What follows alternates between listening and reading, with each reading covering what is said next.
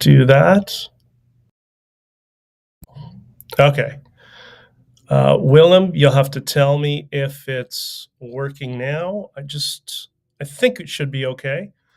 Go to the condensed mic. And thank you for joining technical support. Kenworth or Peterbilt. I think Willem drives a Kenworth, as does my brother. I have, don't joke NPC on Substack. I have a Volvo VNL, but it is manual, so apparently that is permissible. But no, I don't have a Packard. I don't. This was my first truck that I bought, and might be my last, depending on a lot of stuff that's happening right now. So, to everybody who's here, I want to say good morning, and welcome to the Freedom Coffee live stream, where what do? We celebrate the freedoms that we have, and we work on expanding those freedoms that we want to gain in the future. And there's, we're going to talk more about that, strategies, how to kind of leverage things within the political world we live in, and how to improve things. Let's see. Oh, I'm getting a recipe for my coffee. Kathleen, thank you. Volvo 780. No, mine's a 670. And but anyway, I've had a bunch of Volvo cars as well, including not a 780, a 760. Anyways, getting off topic. First, like, share, and subscribe, and thank you for joining today. If I look like I'm a little bit under the weather and feel like death, that's because I do. And that's because I am. But I'm doing my best to try to fill this spot. Last week I almost did a stream as well, but there's just so many things going on. It's 6 meetings last week on Saturday, trying to put a whole bunch of things together, which you will see the fruits of that labor later on in 2025, I promise. But it's some very large and extensive projects we're involved in. So please like, share, and subscribe. And I don't know, did anybody see that picture of Zelensky and Trump at the Vatican? I got to tell you, that guy Trump, he knows how to set up a moment and get a picture, get it captured on photo. Like, that was quite amazing. And you could tell it's set up. Like, why would you take 2 chairs and put them right in the middle of a hall for them to talk? But it was fascinating. Also, by the way, this week on April 29th, which I think is a Tuesday, I'm going to be doing a webinar with CFNS. That is an organization in the US called Citizens for National Security, which some of you know is one of my passions, one of the reasons I got into journalism, because I just happen to know some of these files very, very well from when I was in politics. NPC, Trump is a master media manipulator. He does know how to play the media, that's for sure. And the people who he sets their hair on fire don't realize he does that on purpose. Loving Life. Hello, BJ from the DR. The DR, that would be Dominicana Republica. So I hope you're enjoying yourself. Sounds like it's going to be lovely this time of year. I guess there wasn't any rain this week.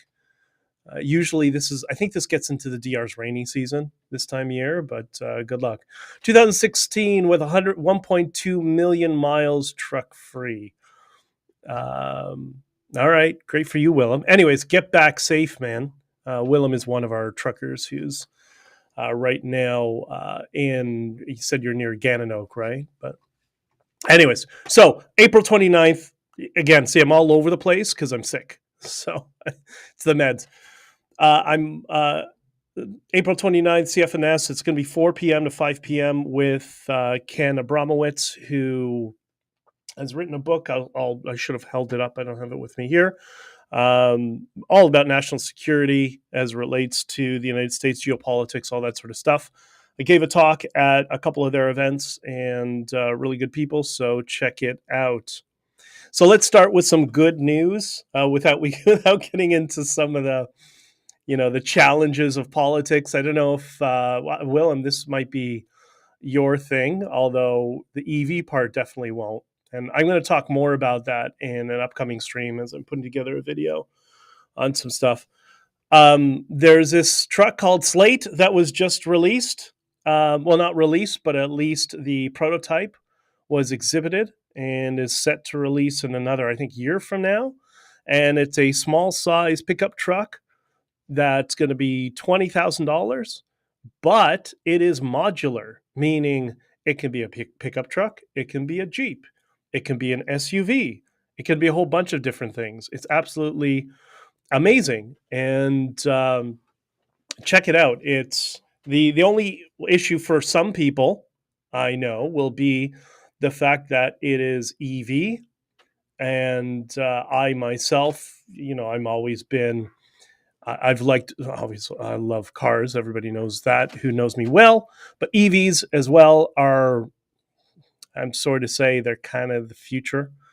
And once you experience Tesla full self-driving, as I have, then you start to realize that, yeah, that's going to be where the future lies.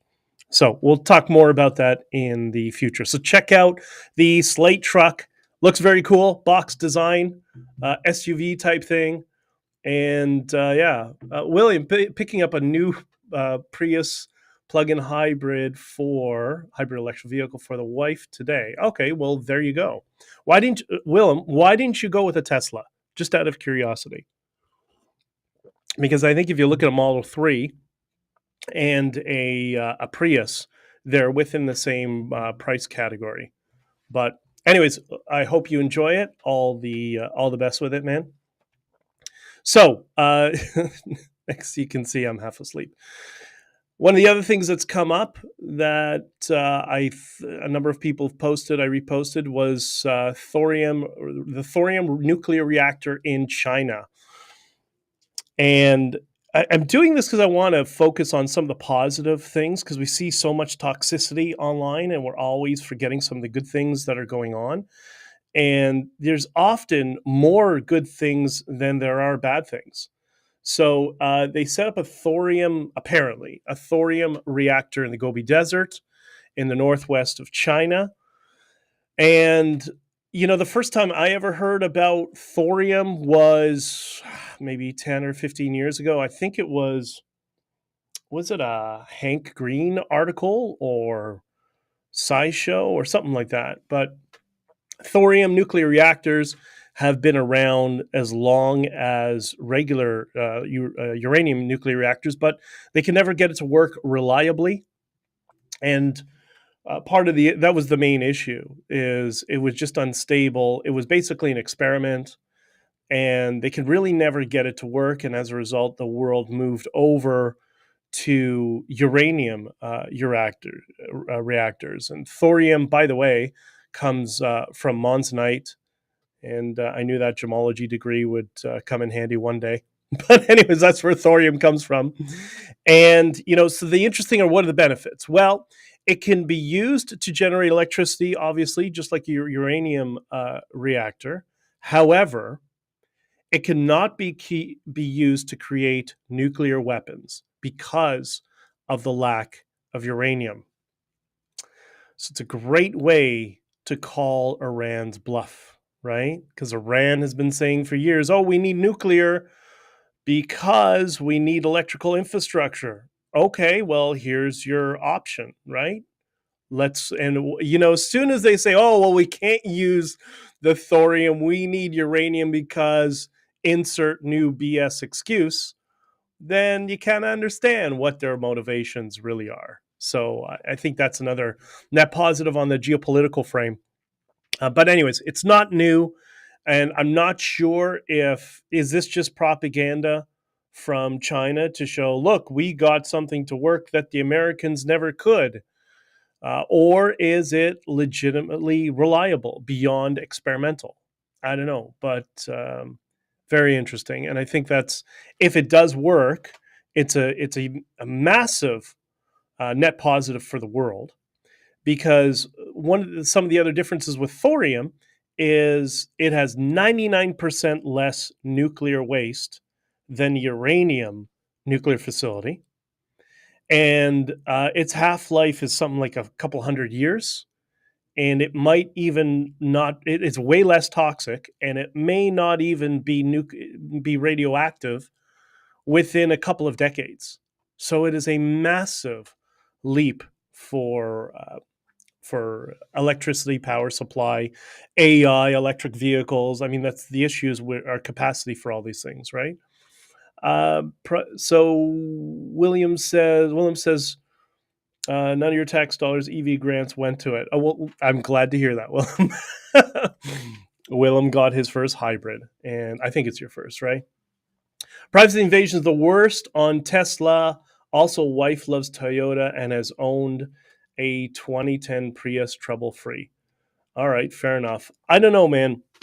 I got to tell you, I think, do we really overstate the privacy invasion in the terms of Tesla? Like, I understand the concern. I believe me, I get it.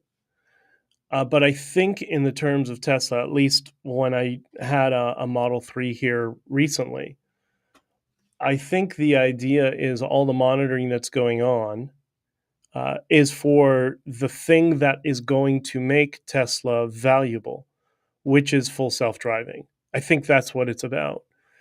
I'm not so sure. I mean, look, we've got these things in front of us. We got our cell phones. Right now I have in front of me an iPad, a computer, and a cell phone, all of which are not decentralized, and makes it more apt to being tampered with, hacked, whatever. I think that's just the cost of living in the technological world, is that, yeah, there's going to be, it's that trade-off balance of privacy versus security. And I feel like as long as, this is why I'm a big Bitcoin guy, as long as your money is private, then, yeah, I want maximum privacy as well. There's no question. But as long as the money is private and decentralized, then I'm a little less, it's not that I'm not concerned. Yes, I'm concerned. However, I'm more willing to understand that there are implications of, if we're going to have a technological society, that there are risks. And in life, we got to take risks. Unfortunately, that's just the way it is. I know the preppers don't like that. Some of my prepper friends don't. We talk about this stuff all the time, but I don't know that Tesla really is the risk that some people think it is. At least, my experience having one for a couple of days was very, I don't know, it was very positive. And I was blown away by FSD, full self-driving, just because it became very evident when I used it the first time, when it backed out of the parking spot and navigated a parking garage and, parking lot, sorry, is the bottom half of a garage. And it drove me to my destination in traffic and navigated left-hand turns and all that stuff in a downtown city. And I didn't even have to touch the wheel. Clearly, that is an implication for the future. And Willem, I've heard truckers tell me that, we'll never have self-driving in trucks. Well, I think it's going to be sooner than anybody realizes. You could, go to your terminal, loading dock, wherever it is, your yard, pick up your truck, do your paperwork, get all your customs docs, all that sort of stuff. And then get in the truck, you back up to your trailer, do all your safety checks. Like, these are all things that require a human being to go and physically touch and check. And then, after you do your half-hour setup to get on the road, you set up your ELDs and you get on the road. And shortly after, I mean, for people who understand trucking, you spend most of your time on the highway, unless you're a city driver. And so you get on the highway, 5-10 minutes after you depart from your terminal, and then you put it into full self-driving mode. And now you're like a pilot on a 777 where you're the driver monitoring, and you're there just to make sure the FSD doesn't fail. The thing that is amazing about it, Willem, is, and I love driving. I love long driving as well, long distance. But the amount of stress that is reduced once you get comfortable with it. In the beginning, it's a little bit, you're a little uneasy. Wait, why is the car driving? And then once once you see the car behaves the way you do, then all of a sudden that stress level goes way down.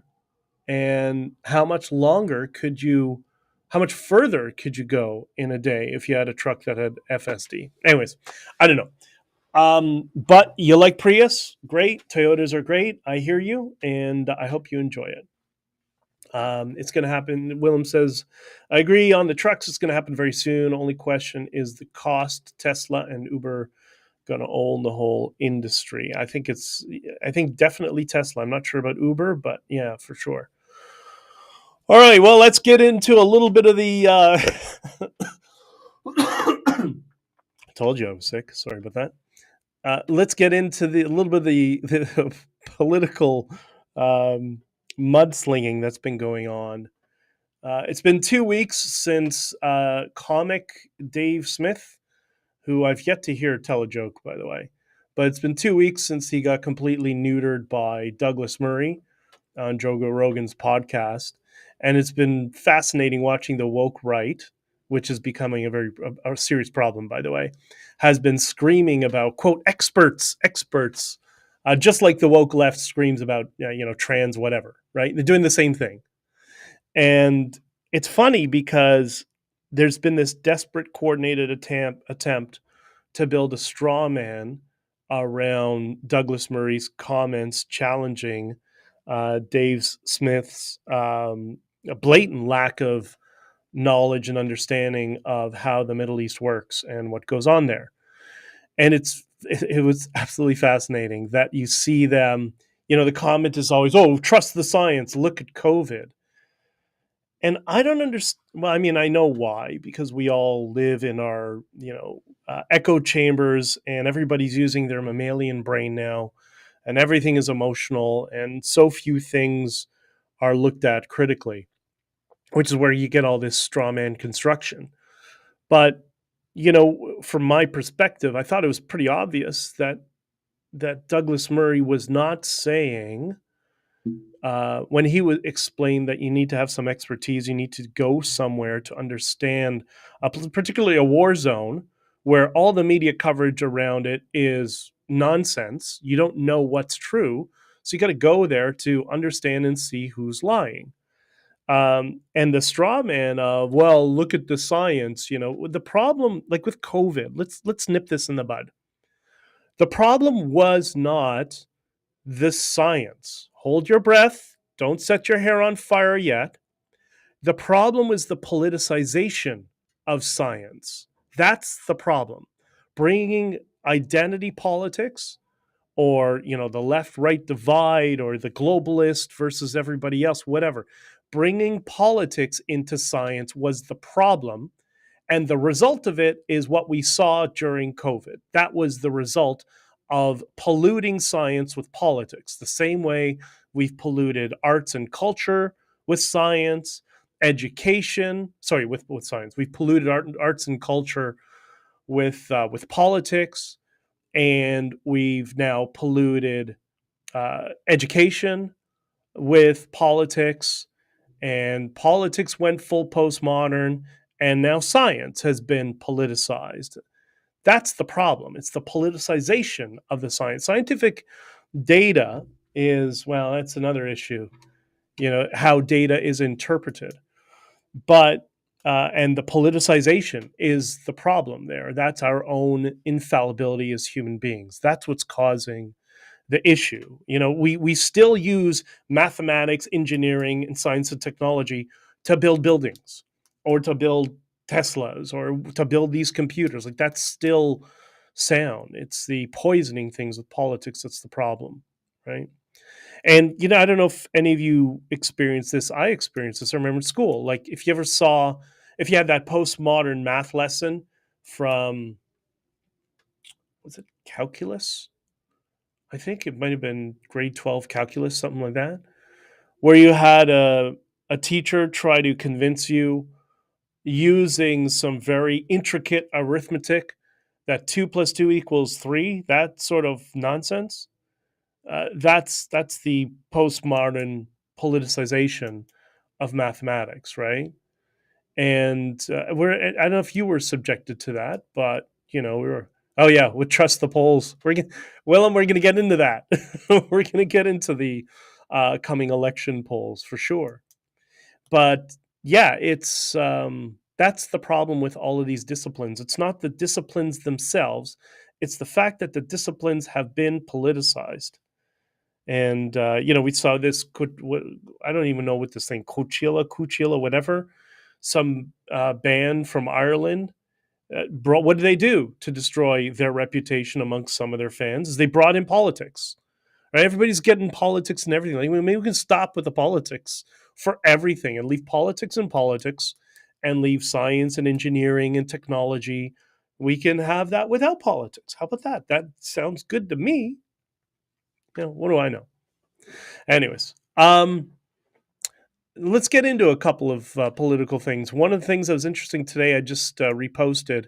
Lara Logan had this interview with Mike Davis, who's an attorney. He's on the Senate Judiciary Committee, politically connected, smart guy. And according to him, this is his perspective, that the raid. Remember the raid on Mar-a-Lago? Remember the national security threat, that apparently a president doesn't have access to classified documents, which is hilarious. Actually, that's absolutely hilarity. Absolute hilarity. But so Trump had these disclassified documents at Mar-a-Lago, and it was raided, and there was this thing called Crossfire Hurricane, I think was the name of the operation, or some sort of nonsense like that. And according to him, the reason, as many of us suspected, I think, was it Scott Adams who brought this up?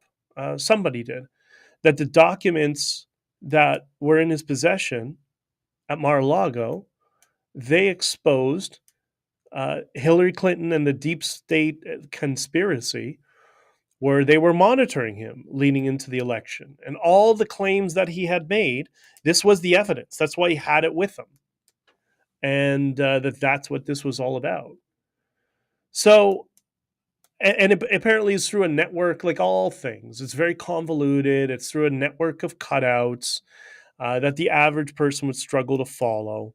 But that's, and this is kind of what led to the Russian collusion hoax, which is, I'm of two minds of this. The Russian collusion hoax, saying that people believed that any person who ran for president was a was a Russian agent, is hysterical. Douglas Murray counterpoint. Yeah, we'll talk about that in a second. The problem that they've created, that the let's far left, what you want to call it, the smear, whoever you want to, whatever label you want to give them, the people who perpetuated all these hoaxes against Trump, particularly the Russian collusion hoax, because once there was that one, and the Fine People hoax, that were really, those were the main pillars of all these other hoaxes. Is now Trump gets to go and say, in the Russia hoax, which he does over and over again because it was a hoax. You know what the problem is? Now conservatives are primed to ignore anything about Russia, right? Now they've been primed to believe that, well, Russia might not be the good guy, but maybe they're not the bad guy.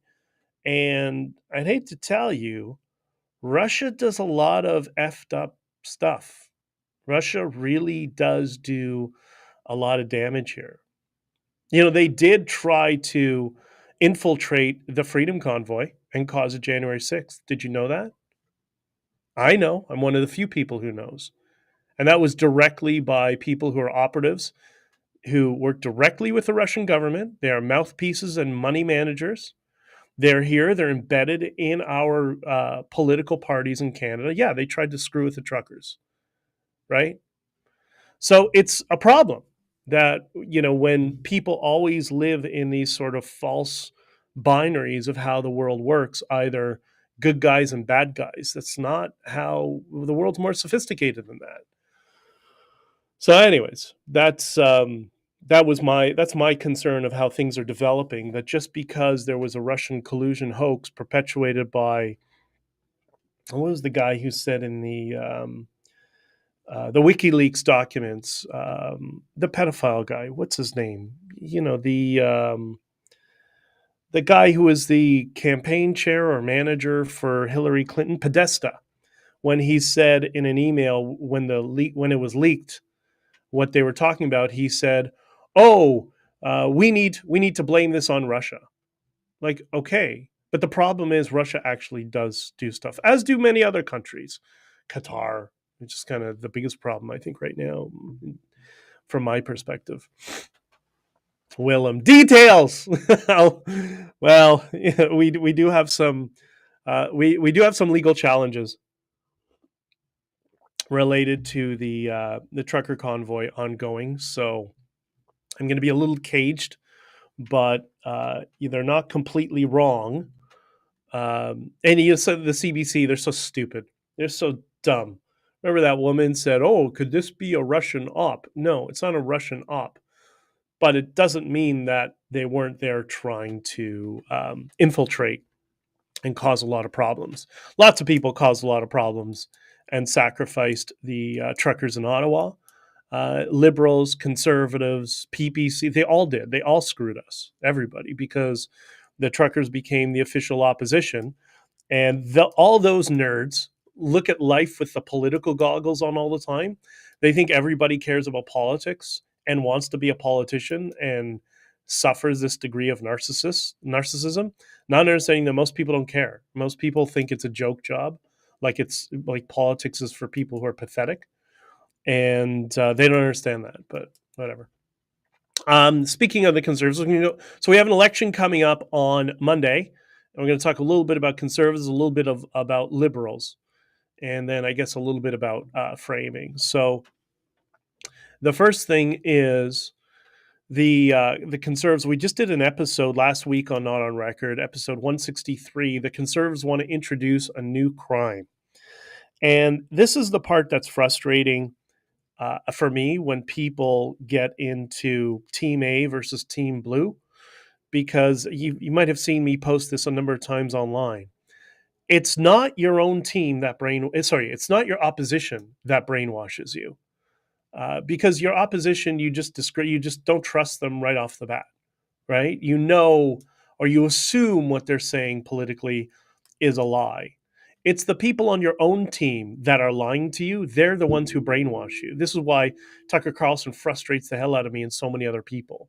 When people are trusted so much that they suspend critical thought and they just take people at their words, and there's certain people who understand persuasion methodology and how to get people to buy in to a framing that is not real.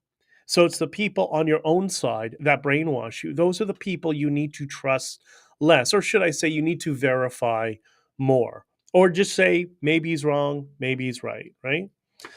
JT was NPC. JT was salivating trying to make truckers their Jan 6.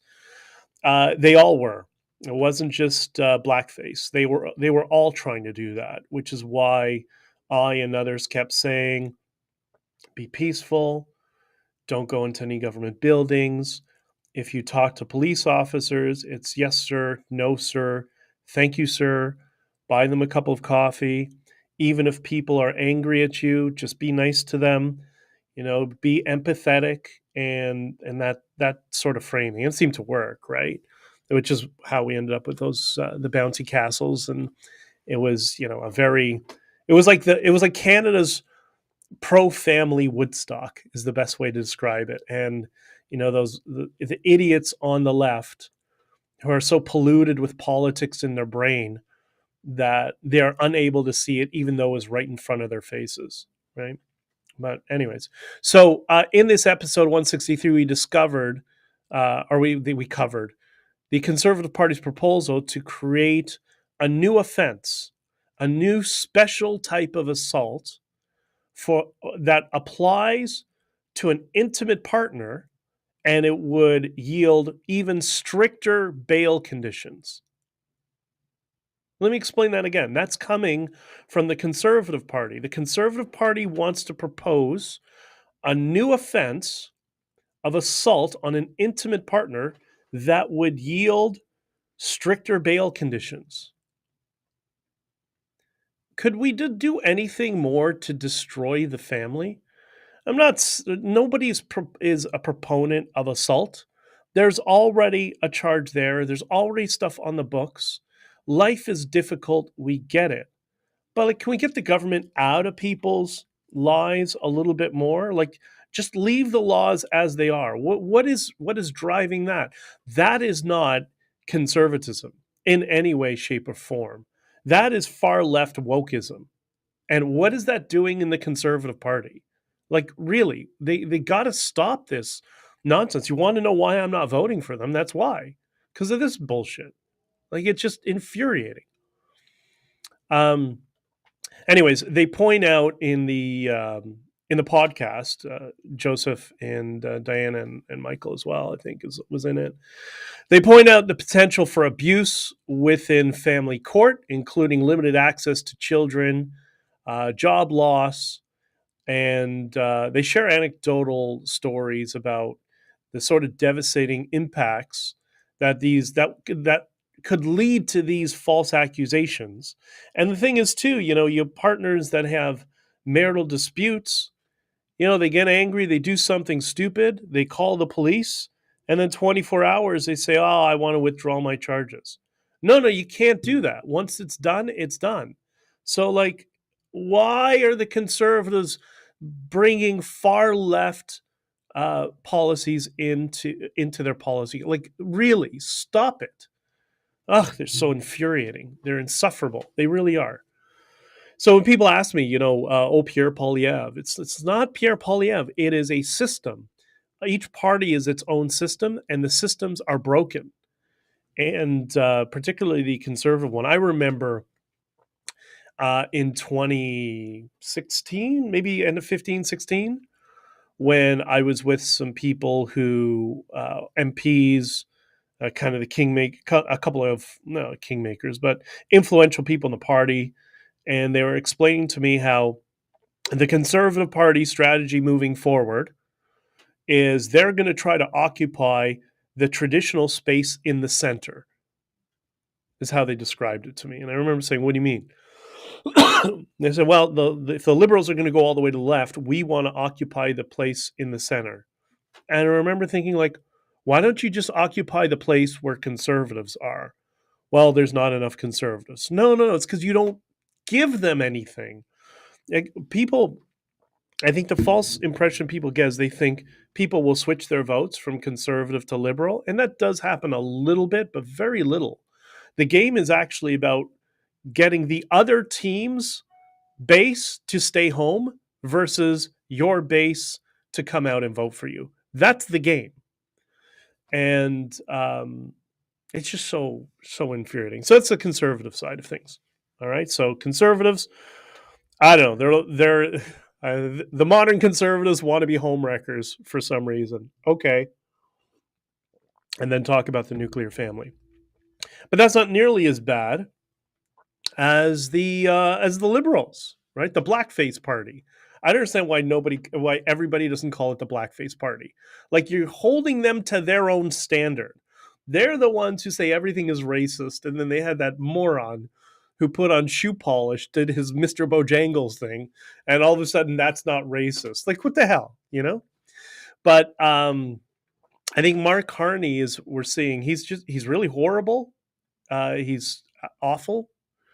He's as exciting as credit card junk mail. That's the best way to describe him. He is, he's a visa statement. That's Mark Carney. But everything he says, he seems to be making up on the spot.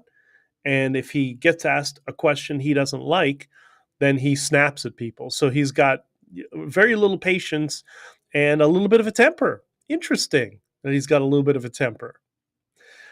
He's like, he reminds me of, that dirtbag real estate agent that can't close a sale and will just say anything. Like remember the movie The Money Pit? That's Mark Carney, right? Just say anything, doesn't matter, because I'm going to do the exact opposite. I'm going to do whatever I want anyways, because I'm so entitled. NPC says, got to vote for PP, this Pierre Poilievre this time. Like, listen, I don't begrudge people that, like, I understand that. But me personally, because they screwed us in Ottawa, I'm not going to do that. But I think people should. I agree. Anyways, the thing that's also funny too is with this nomination of Mark Carney, or when he was anointed, it was something like 300,000. I don't remember the exact number of percentages. It's all over. Everybody's got a different number and different percentage, so who knows what the real number is. That's why I don't really bother with those sorts of details sometimes. But a significant number or percentage of the Liberal member base had their votes disqualified because they didn't vote for Mr. 1%, Mark Carney. I understand why the Conservatives don't have campaigns describing him as the 1% that the Liberals and NDP are always screeching about. Oh, the 1%. Well, that's him. what do you want? Yeah. It's just amazing how people can suspend critical thinking, and it's just the emotional brain all the time. It's crazy. And apparently now Carney is pouring money into Polymarket to manipulate voter sentiment. So, we've seen soft polls quite a bit.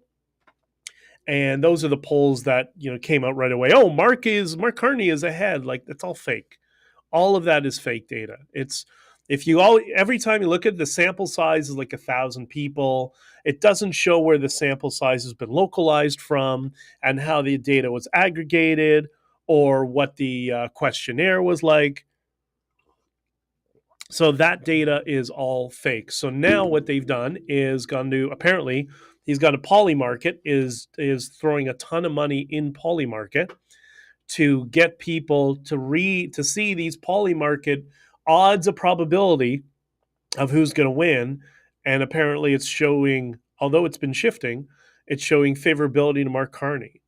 But you know what's interesting? The guy who started Polymarket, a young guy, he is a hardcore Democratic Party loyalist. Ooh, interesting. I wonder if they're bullshit too. Like, everything is fake. We are living in the most plastic society in human history. At least that's kind of how I perceive it.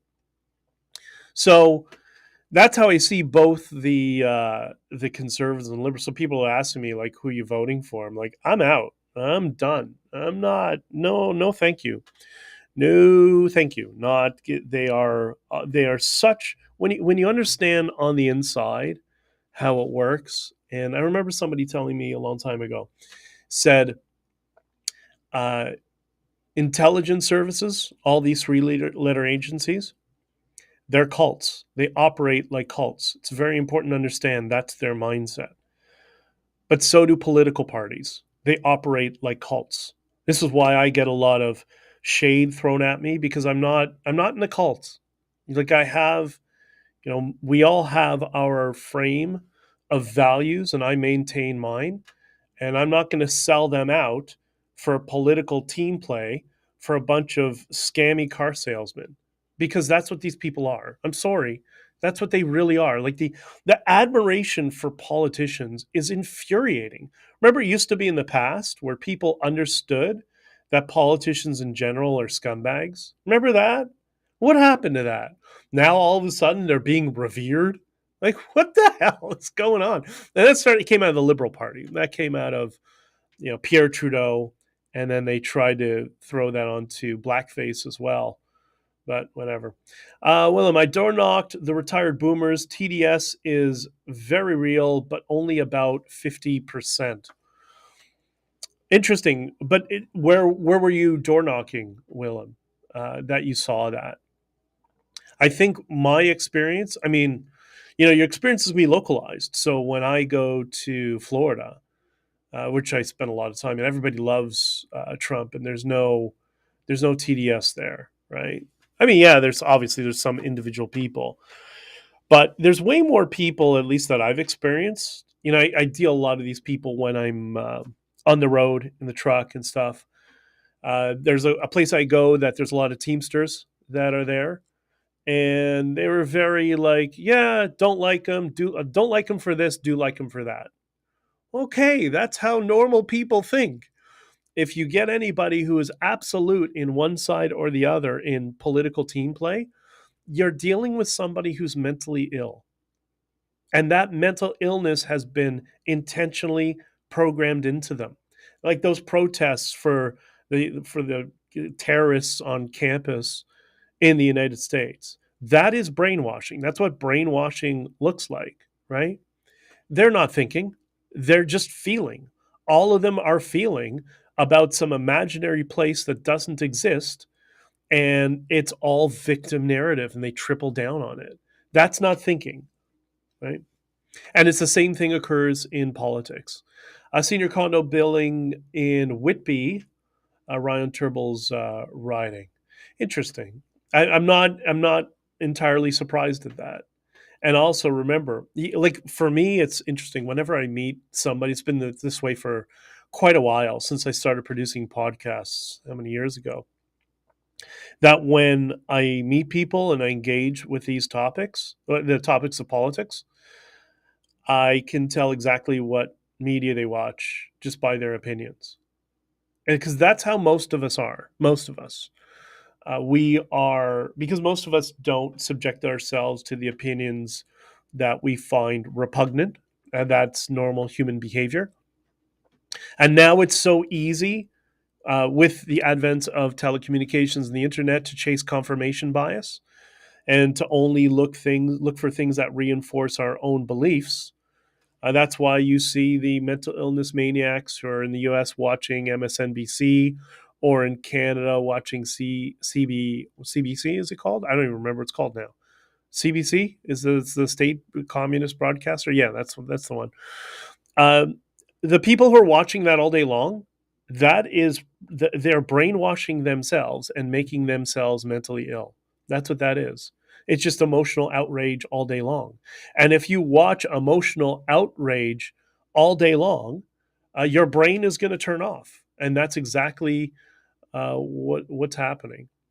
Now, here we go. We got a jihadi propagandist here. Free Palpatine. The Free Palpatines are, Israel is committed, is doing something. Wasn't that how that jihadi described it? Some people are upset because some people did something. Yeah, well, I guess that's what happened. Anyway, so they're going to they'll finish turning Gaza into glass, and then they'll take it over, and then that will be the end of it. And the rest of the Arab countries that didn't want to accept the people from Gaza, they're going to accept them, and that's it. And then we can all move on. That's just the way it's going to be, whether you like it or not. So, in terms of the Canadian election on Tuesday, everybody's asking me, what do I think is going to happen? I don't know. When you start to, you can see the power of all this propaganda has on yourself. If you write down your perspective and your point of view, and then you go and watch over and over and over again an opposite perspective, you do that for an hour, then all of a sudden you're going to change your opinion and your perspective of how things are going to be.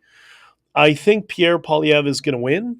I think he's going to win a minority, which is probably the worst but most entertaining outcome, because I think what's going to happen is outside the country. I agree. I'll get to that comment on Substack in a second. I think we're going to see Pierre will get a minority, which is not good because, well, is it not good? Yeah, it's not good because the conservatives are cowards. That was my problem always inside of the party. Me and some other people would always say, just push through. Who cares what the media says?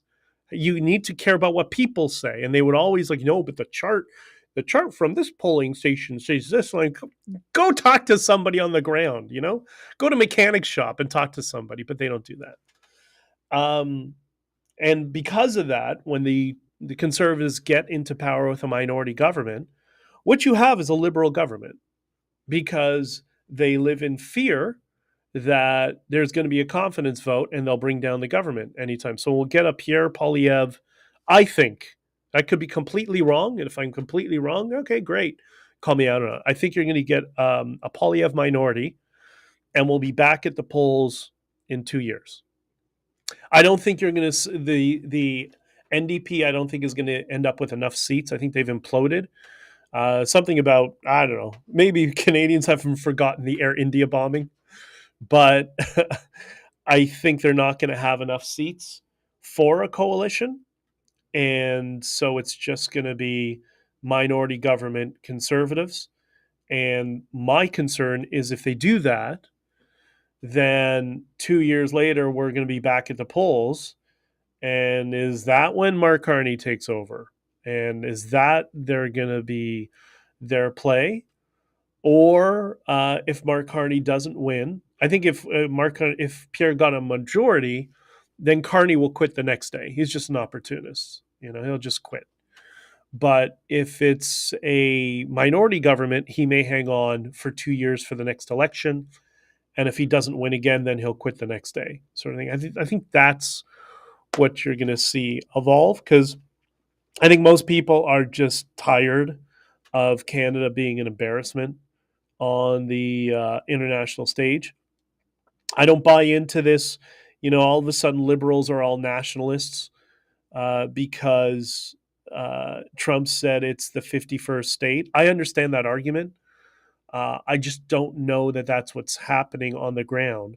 I think that is what's happening strategically in politics, where people tied to the European Union and other leftist countries understand that Canada can now be a political proxy war with Trump. That's what they'll use Canada for. So great on you, liberals. Thanks.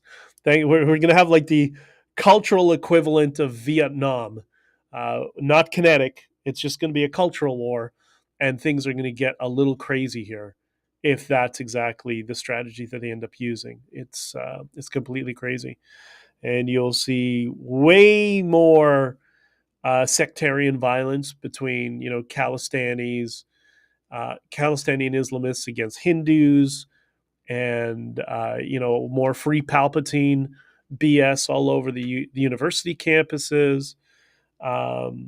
And yeah, it'll get a little bit rough, I think, in the cities.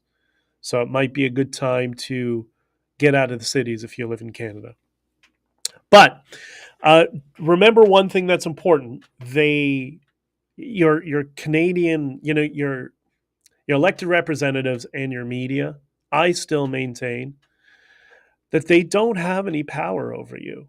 They really don't. They're propaganda outlets. They'll have power on the few people they're able to brainwash. But the way to fight that is not so much, you post things on the internet because everybody's going to vent and wants to share their opinion. But the way to do that, the way to fight the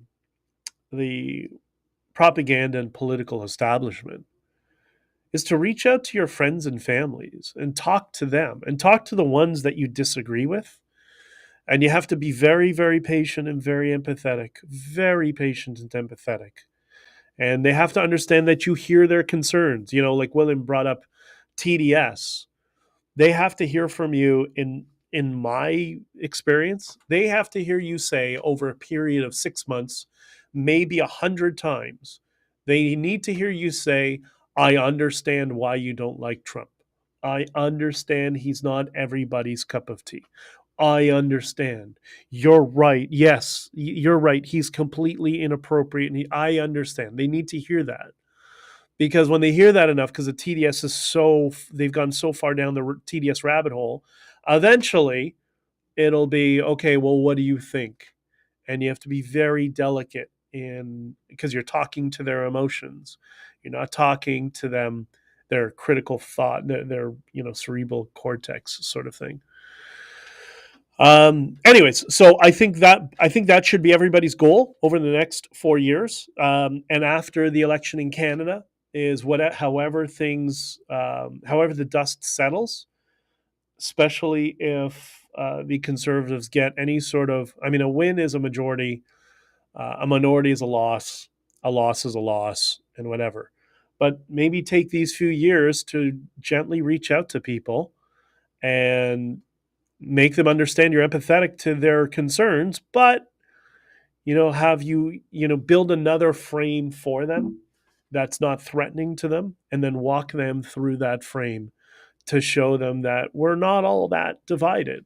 We're actually a lot more in line than we think we are. And if we do that, then I think we're going to have a very prosperous and bright future. Like I've been saying many, many times over the past couple of years doing this stream, that there's going to be bumps in the road. There's no question. But I think ultimately we're going to end up in a very positive space, and we're going to end up in this new enlightenment era, this digital enlightenment era.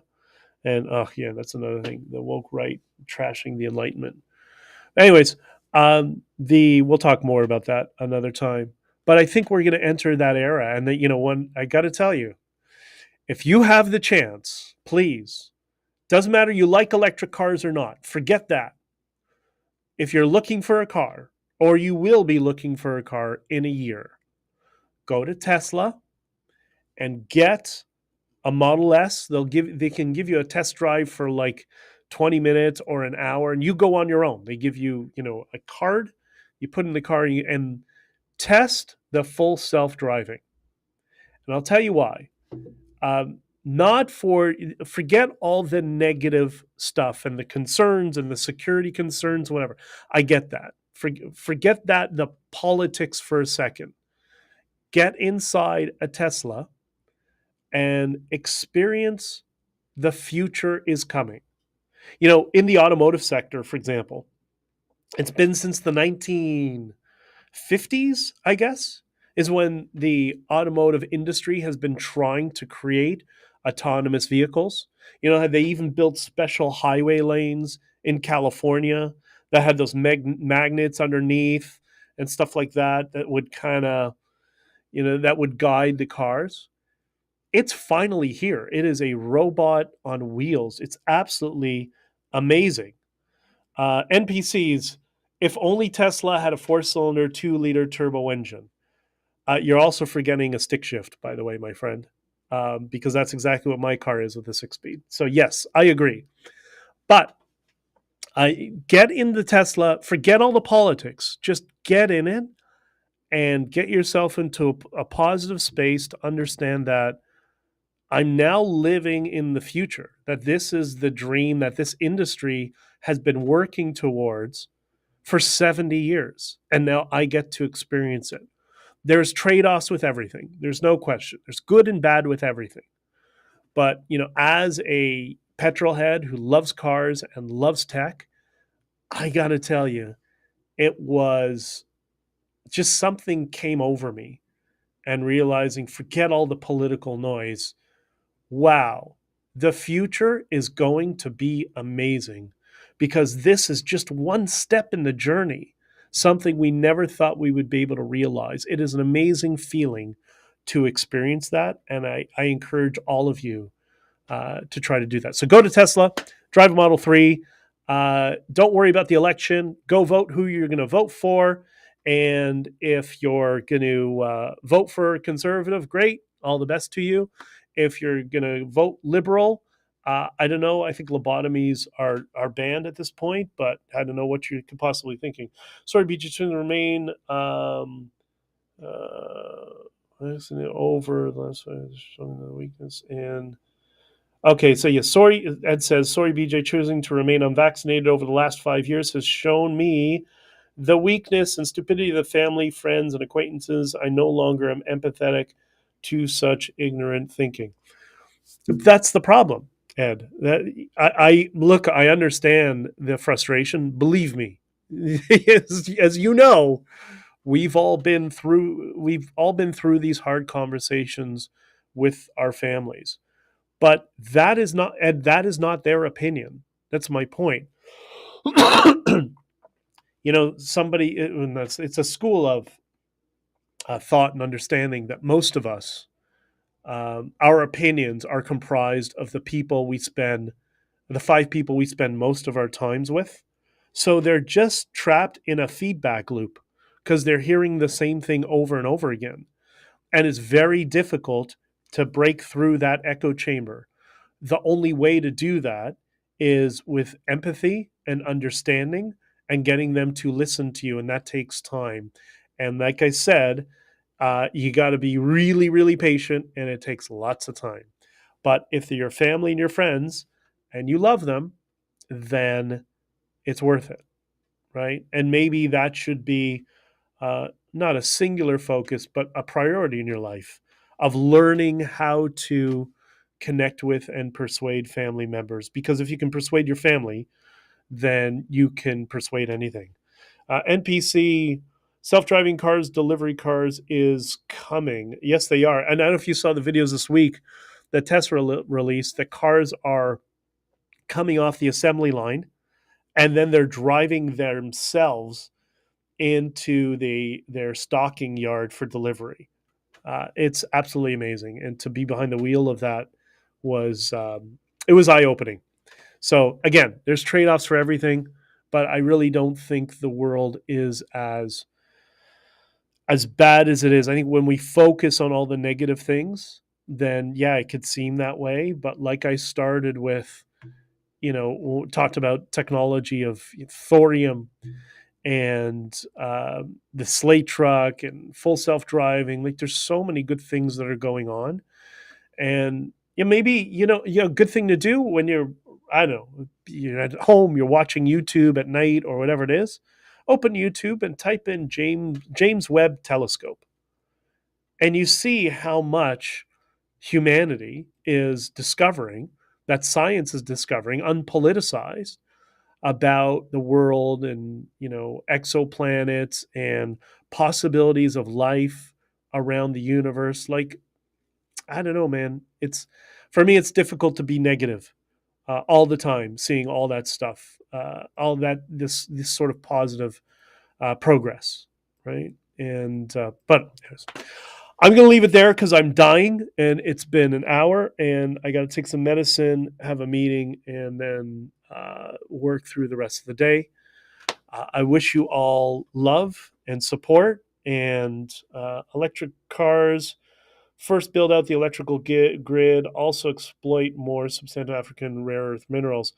Mo, I explained that before. Thorium is the first thorium nuclear power plant has been opened by China. And I don't think we're going to. I'm not an advocate of getting rid of gas cars. I love gas cars. Give me. I've said many times, give me a V8 and a supercharged, whatever, with a manual transmission. That's my type of thing. But electric EVs also have their place for different purposes, right? Should Republic of Canada should Chantal Hebert and Peter Mansbridge be jailed in San Salvador for 10 years? I don't know who those are. Peter Mansbridge. He's he's the old CBC guy from like 20 years ago. He's still alive. And the Chantal person, I have no idea who they are. So don't know, don't care, irrelevant. Oh, I guess they're CBC people. Is that what you're saying? Like, during the Freedom Convoy, I banned the CBC from all our press conferences because they're not a credible news agency. So I really don't care what any of those wannabe influencers think, because they are pathetic. Pathetic is the only way to describe them. But all right.